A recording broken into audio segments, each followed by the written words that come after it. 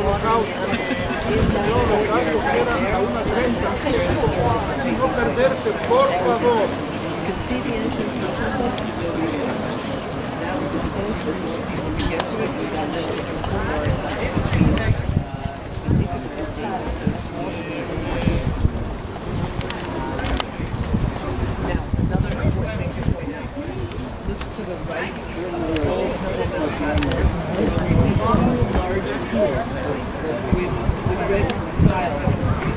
Covered walkways covered with red tiles.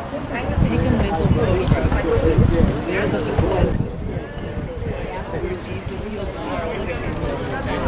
we're going to be there later today.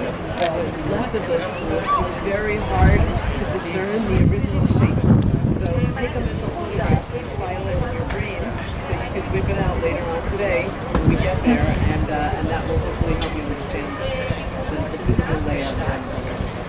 Now, this city is Lisbon, as you see it on the model, was destroyed on the day of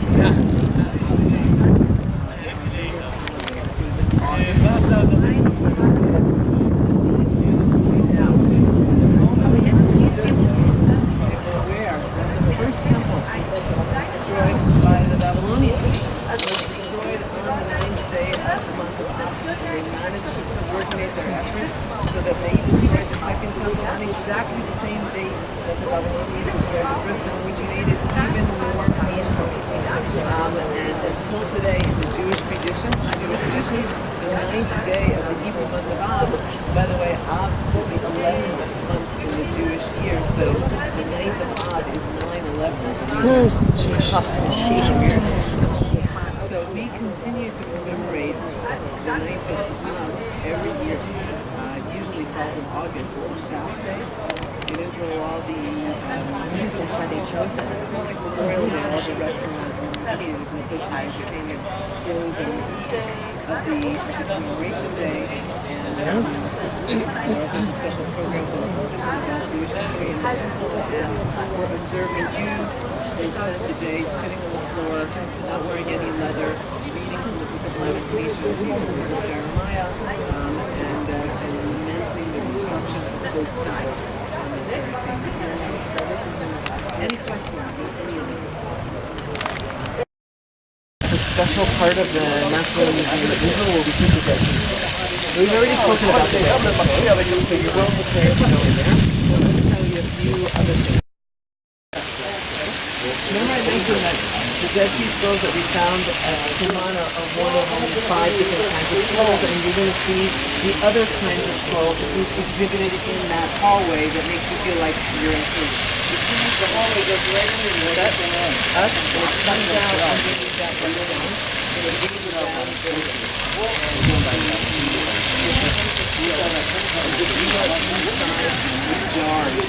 the jar that the scrolls were found in. That's the shape of the building. You see, it's even on the inside, it was made on a pottery wheel, and this is the cover of the jar. This is a stylized version of the jar covers that some of the scrolls were found in. Actually, if you remember, before you come to the end of the corner, you'll see exhibited there some of the original jars that the scrolls were found. And then exhibited inside on the walls of that jar.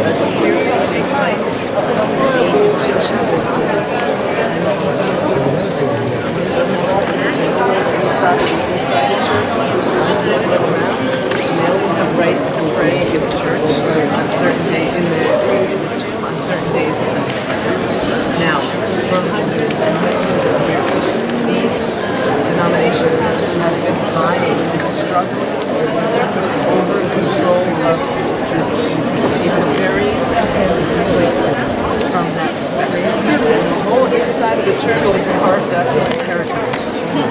Every church has its territory very jealously guarded and marked, and then there's communal property on the inside which doesn't belong to anybody, but it's tense. It's tense. That was the atmosphere that the evangelical Protestant denominations now began to set up. They began to establish a presence in the Holy Land. Not just the evangelicals, most of the Protestants, the Lutherans, for example, the Episcopalians, and the Methodists. They began to come to establish a presence in the Holy Land, very late relative to all these other denominations. They arrived in the 19th century. When they got here, not only did they find that they were not welcome to this church by the other 6 denominations who weren't anxious to have to cut them high up into small pieces, but because of all the tension and the infighting, they found that this place did not speak to them the way the place of resurrection should speak to them. And somebody went poking around, a British Army officer named General Gordon, and he found that he that fit the description of the gospel. He found carved out of a small mill in the shape of a skull.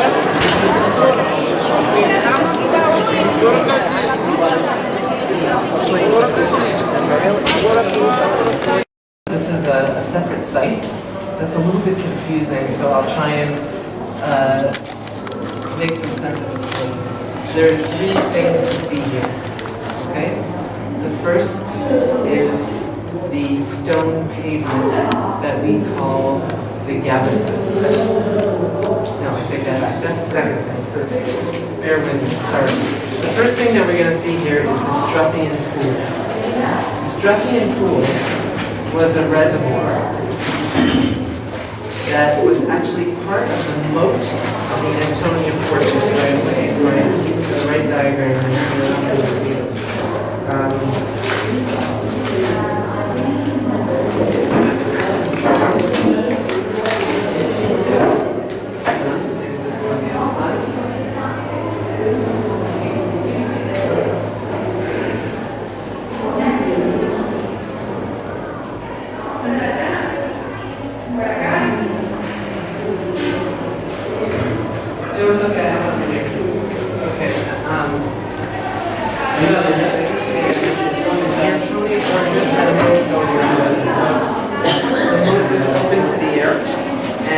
Part of it was used as a reservoir to collect runoff water from the winter rain. And the first thing that we're going to see is part of that moat that was known as the Strathian Pool. Strathian means sparrow in Greek. Okay? That pool was open to the air during Jesus' time. Thank you.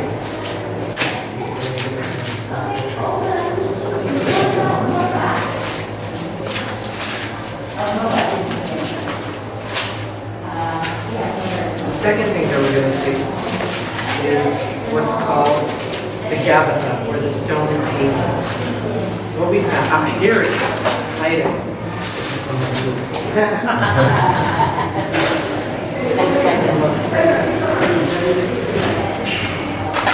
Here's the Antonia Fortress. Can you see the 4 towers there? Can you see it sort of has a moat around it, and the moat is extended here to make a reservoir. Okay? The Strathian Pool open to the air during Jesus' time. That's the first thing that we're going to see. The second thing we're going to see is this. These engravings on the pavement. We found games engraved on the pavement here. And the assumption was, for a very long time, that because these games were so close to the Antonia Fortress, that they were in the dungeon where prisoners were kept before going up to trial in the Praetorium.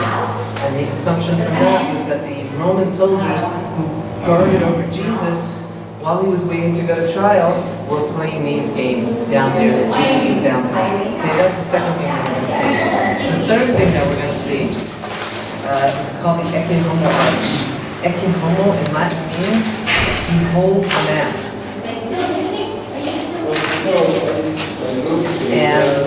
That was what Pilate said when Jesus was brought out before him, right? And there's an arch here. We actually just walked under it. I'm going to show you outside.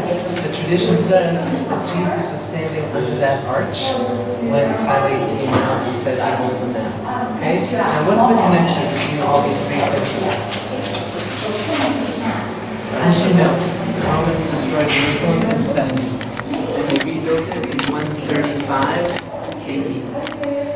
It was rebuilt by Hadrian. When Hadrian laid out the city anew, he made some changes.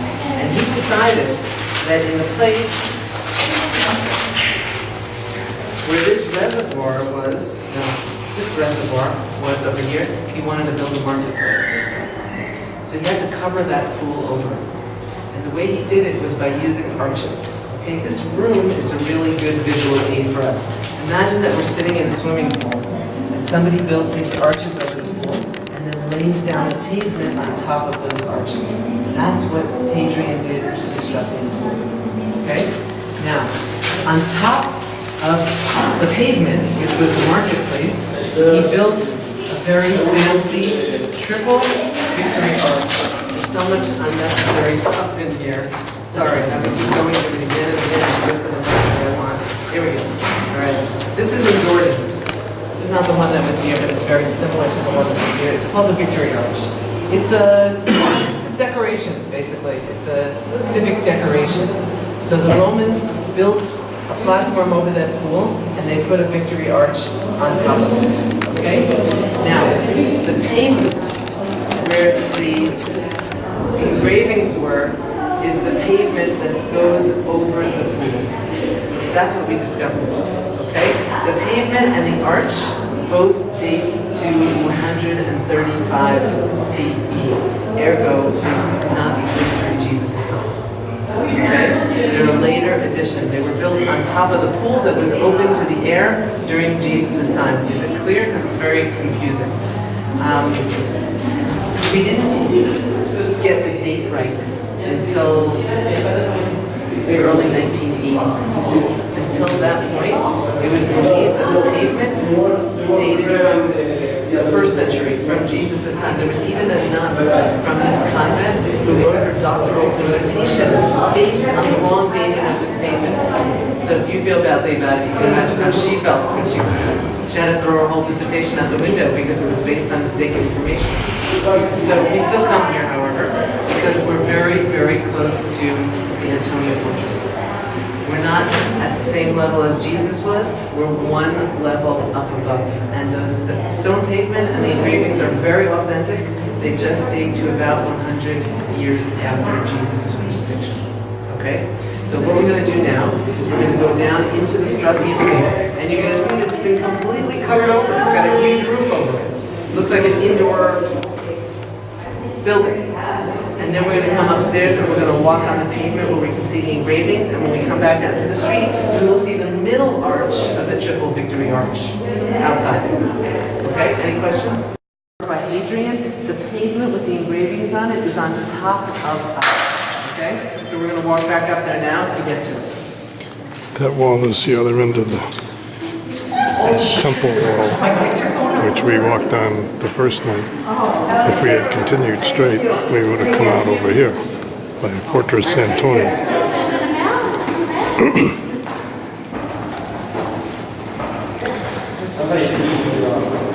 So that's bedrock. No, thank you.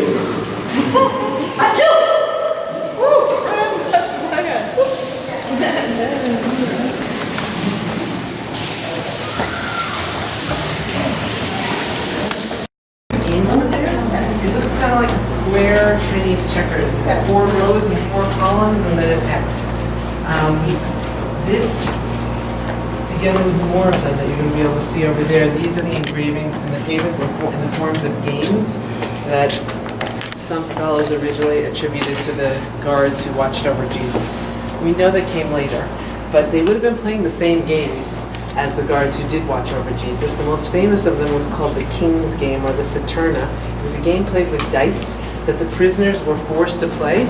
They were forced to compete against the guards, and the prisoners always lost. There was no way for them to win. Yeah, and the loser died. Right? It wasn't as innocent as that. It wasn't a game at all. Exactly. So if there was a fluke and they lost, they'd probably still win. Yeah, probably.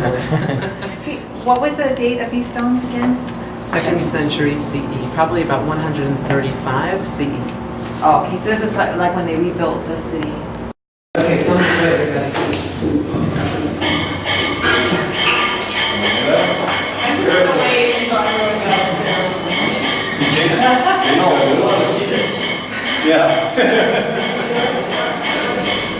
I don't like to go through it when there's somebody else. I feel like I'm being pushed.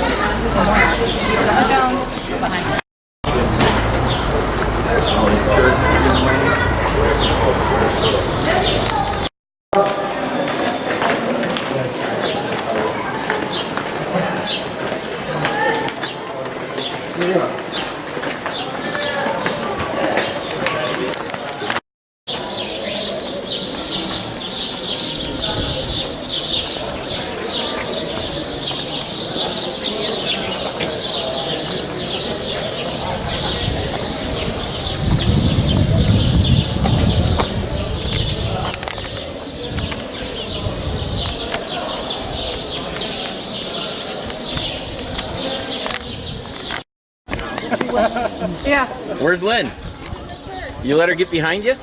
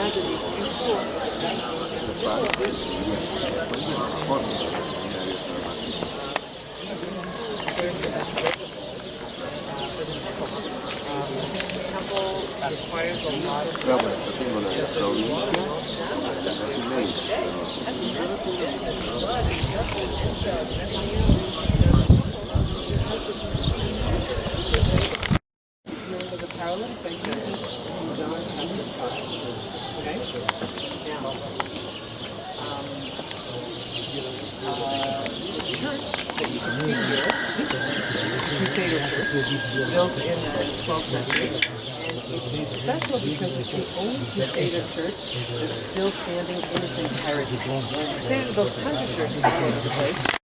There in Arabic that tells that it was used as a school, and it was in the 19th century. It was purchased back by the White Fathers, which is a Catholic missionary order in Africa, and they cleaned it up and they transformed it back into a church. And over the centuries, it seems that the foundations of this church. Let's sing He is Lord. I don't want to sing a solo, so sing it out. He is Lord. More than that, since the town has right over the street. So the big marketplace and everything, and it's a big one.